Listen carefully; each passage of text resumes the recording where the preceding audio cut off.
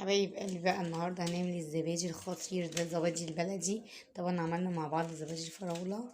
ده بقى الزبادي البلدي بقى عشان السحور، كل سنة وانتم طيبين. حلو جدا وعاملينه زي بتاع الشارع بالظبط. يعني مش زي بتاع الشركات، عاملينه زبادي البلدي على اصوله، فبجد حلو قوي. طيب معانا فيديو الاخر. السلام عليكم ورحمة الله وبركاته. حبايبي عاملين ايه؟ كل سنة وانتم طيبين ويعود علينا الايام بخير يا رب. وكل اللي نفسه في حاجة ربنا يحققها له، ودعوة الصائم لا ترد. فيا رب يتقبل كده منا. ويلا هنعمل مع بعض النهاردة الزبادي بقى البلدي. احنا عملنا قبل كده زبادي الفراولة، النهاردة هنعمل زبادي بلدي هو بنفس الطريقة، بس يعني حبيت اعملها معاكم واشارك الفرحة معاكم. احنا بنجيب هنا طبعا غلينا اللبن عشان مبيبقاش فيه اي بكتيريا ولا اي حاجة، وتسيبيه يبقى عامل زي ايه دمعة العين كده، ايه دافئ خالص. وهتجيبي هنا طبق، وهتجيبي علبة زبادي بلدي عادي جدا مفيهاش اي حاجة. هنفضي هنا علبة الزبادي، بسم الله. هنفضيها بالشكل ده كده اهيت. تمام، دي طبعا الخميرة بتاعتنا اللي هتظبط معانا في الزبادي. طيب ايه كمان؟ اول حاجة لازم تخليه كريمي خالص، يعني ما تحطيش كده اللبن عندنا على طول، لا تخليه بالشكل كده كريمي خالص.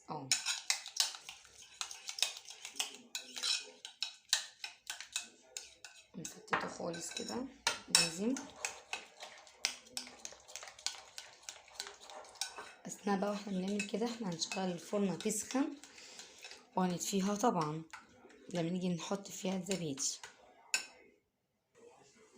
الشكل يا جماعة الانوار بتاعت عربية الفول دي جامدة جدا بصراحة.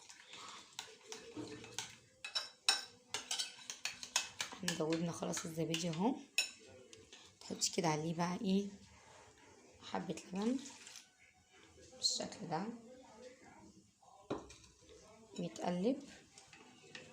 هتضيفي له هي معلقة سكر واحدة، حابة تزودي براحتك، بس احنا كده كده ده للسحور، فايه الافضل انت تحطي معلقة واحدة، واللي عايز بقى يحط يحط، اللي عايز يحط عسل، اللي عايز يحط سكر براحته اهو.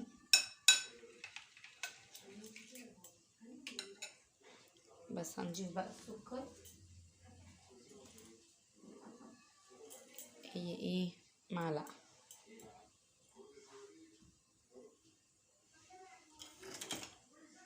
ايه معلقة سكر اهي، وبس كده خلص الكلام. زبادي سهل جدا وبسيط ومفيهوش اي حاجة اهو. نقلب كده، ينزل بقى كده بايه الخليط ده معانا في الحلة، ونقلبهم بالمضرب اليدوي.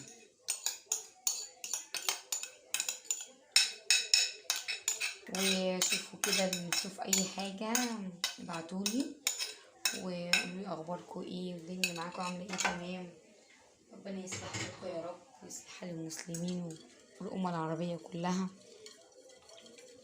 ويرخي الحاجة والدنيا كده فيها رخاء كده والدنيا كده تتظبط، لان بصراحة الغلو ده بلاء من عند ربنا، فربنا ايه يرحمنا بإذن الله في الشهر الكريم ده من البلاء ده. تقلبي كده اهو. بصوا مفيش اي حاجة صعبة خالص، وعملتيه بيتي في بيتك كده ومن غير بقى اي مواد حافظة، من غير اي حاجة مش مضمونة ومش مكلف لعلمك. يعني انتي ممكن يبقى مشروع كمان، يعني لو حد عايز يعمله مشروع يعمله مشروع.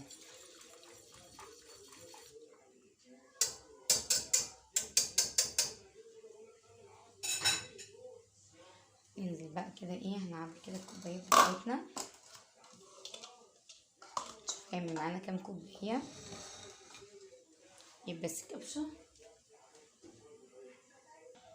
هنصب كده ايه على طول هنا،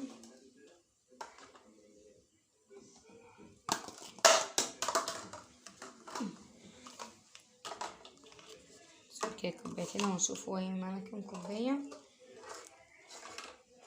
اهو كده. ممكن نحط هنا كوبايه كده في النص. تمام. هنصب كده بقى ونشوف. بسم الله.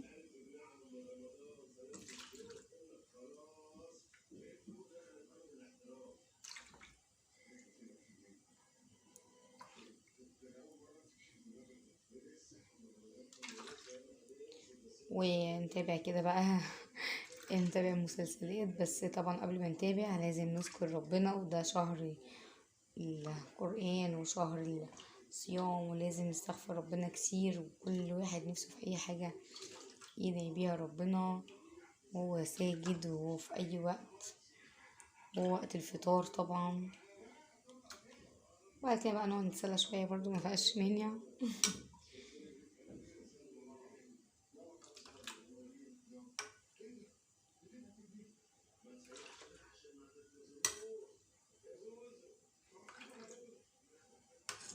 طبعا لما بيبقى عامل زي دمعة العين، وبقى محضرين مية في الكتل.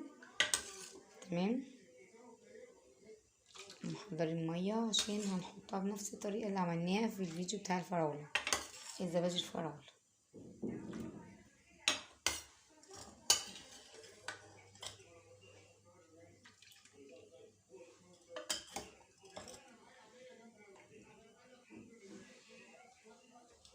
هو كده تمام قوي.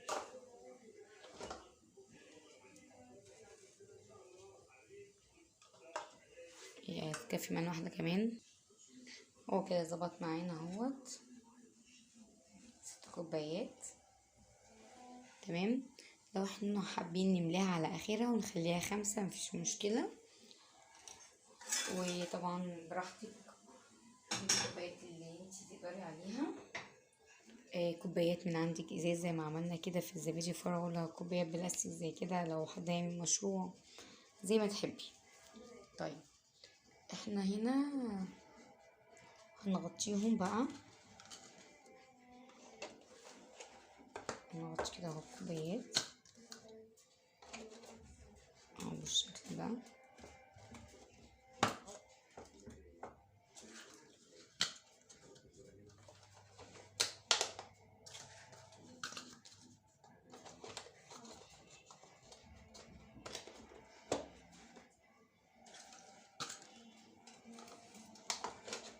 انت لو اشتريتي دلوقتي علبة الزبادي ب5 جنيه، يعني احنا دلوقتي عملنا 6 كوبايات يعني 30 جنيه. لا، هتجيبي كيلو لبن وعلبة زبادي واحدة، وانتي برضو العلبة اللي انتي الزبادي اللي عملتيها دلوقتي مش هتحتاجي تجيبي علبة زبادي تاني. ليه بقى؟ انتي هيبقى عندك علبة زبادي انتي عاملاها بايدك، فلما تيجي تعملي تاني يوم هتسيبي علبة واحدة هتستخدمي منها. كده تمام قوي. شكله جميل خالص. بص شكله حلو ازاي. شيل بقى كده الكوباية دي. شكله كده جميل قوي بصراحة. هننزل بقى كده عليه المية الدافية زي ما اتفقنا بالكتل اهو على جنب كده.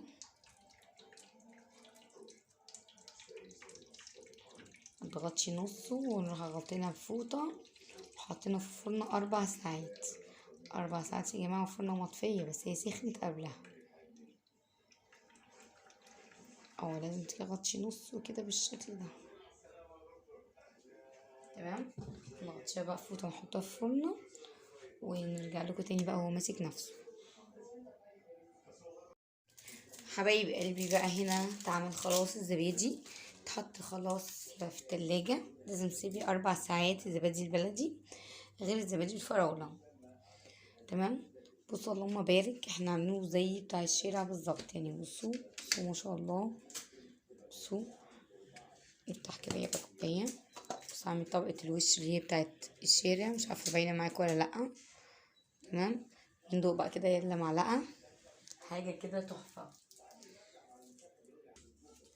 بصوا ما شاء الله يعني تحفة، زبادي تحفة. تعالي ندوق بقى كده.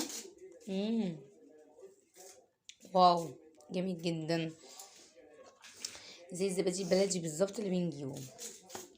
طبعا دي خلاص قلبتي بقى. بس فالزبادي بتاعنا، يا رب يكون الفيديو عجبكم. اشوفكم في فيديو جديد. كل سنة وانتم طيبين ورمضان سعيد عليكم، والسلام عليكم ورحمة الله وبركاته.